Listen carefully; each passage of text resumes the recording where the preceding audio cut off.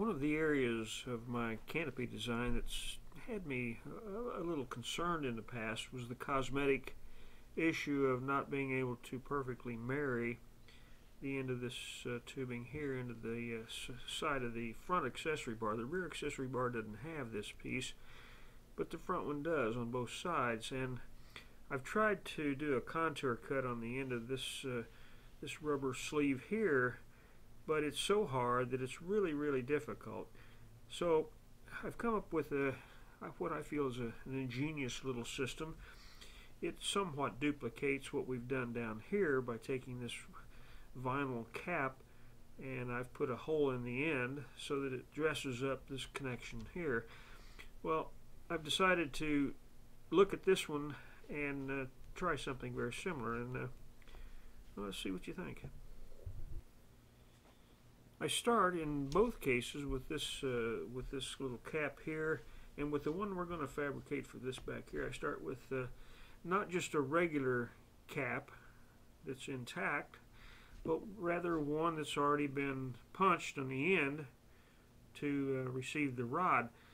Well, what I do when I punch these, I'll punch 20, 30, 40 of them at a time, and I will take the least perfect or the least concentric hole in the end cap, and I'll use this to modify this to fit this area here.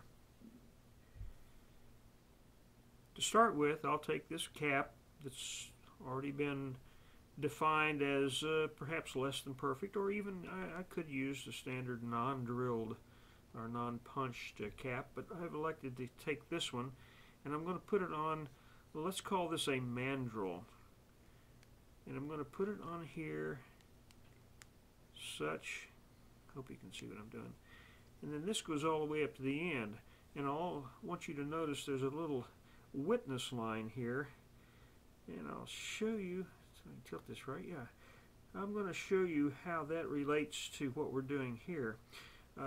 Looking at the other end of this mandrel, you may also note that the center line, or this witness line, coincides with a curvature notch at the end. I'll show you how that's achieved after I put the cap on the end. Over here at the drill press, I've chucked up a sanding sleeve, and this pattern here, which represents the same angle as I have on the drilled hole in the accessory bar. So that's what we want to match with contouring the end of this this little cap. It's double-sided taped to the drill press table, so it's not going to move. I could clamp it down, but there's no need for that. So this represents an angle that's it's 5 degrees 30 minutes for your edification, a slope here, and even though the cap may raise the tip a little bit, I'm not going to be that concerned about that minute flaw. But now what I want to do is I want to sand the end of this with this witness line pretty much upright. And that's going to give me the contour on the end that I'm looking for.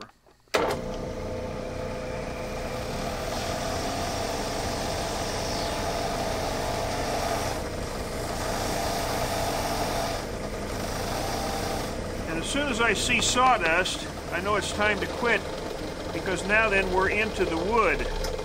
But you can see that the contour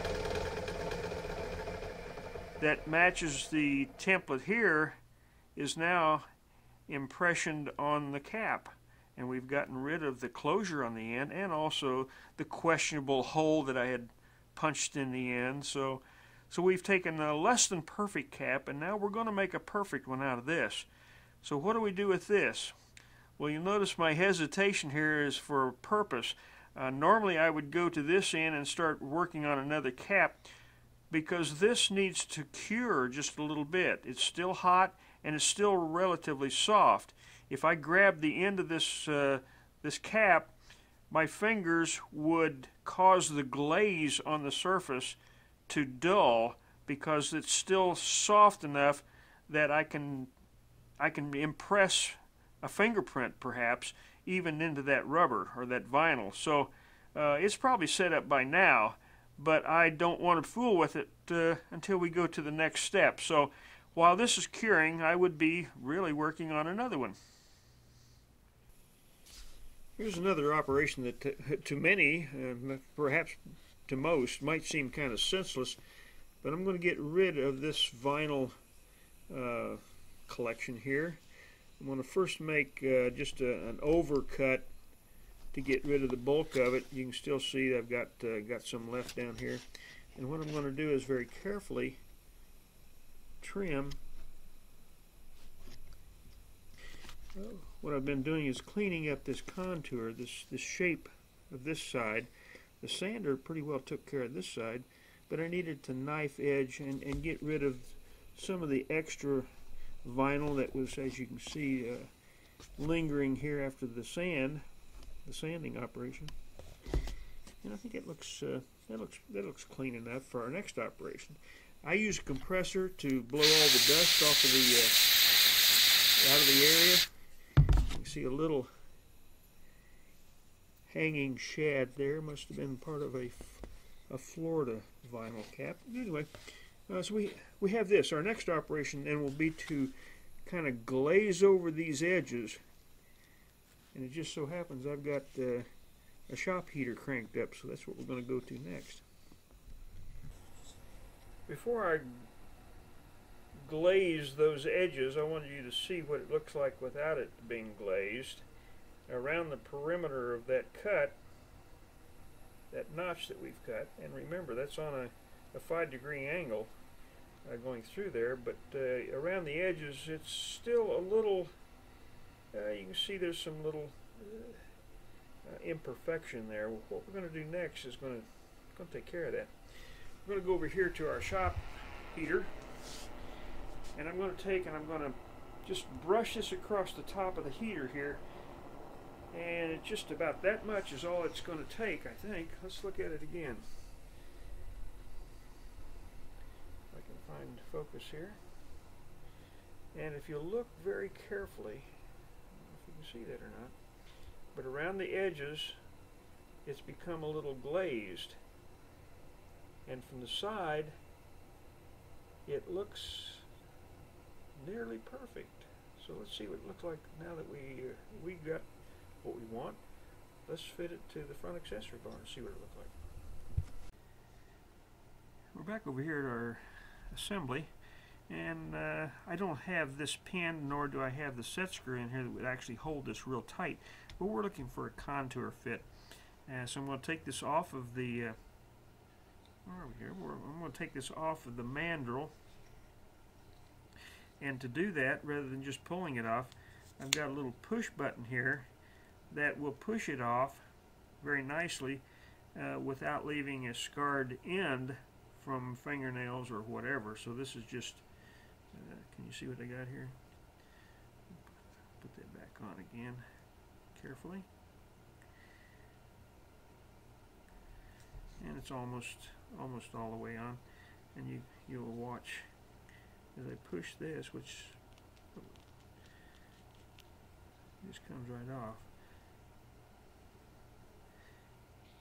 Now this piece, then, if I may pull this apart, this piece has an angle on it. If I could probably put a pencil, where are we here? Here we go. If I could put a pencil there, it's going to lean one direction or another.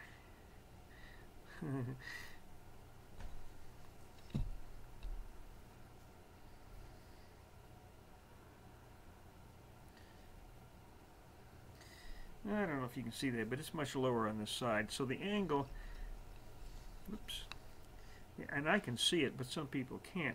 So the angle is such, and that's the angle that I want to have attacking that accessory bar back there. So I'm going to put this over here, back far enough to where we can make things fit.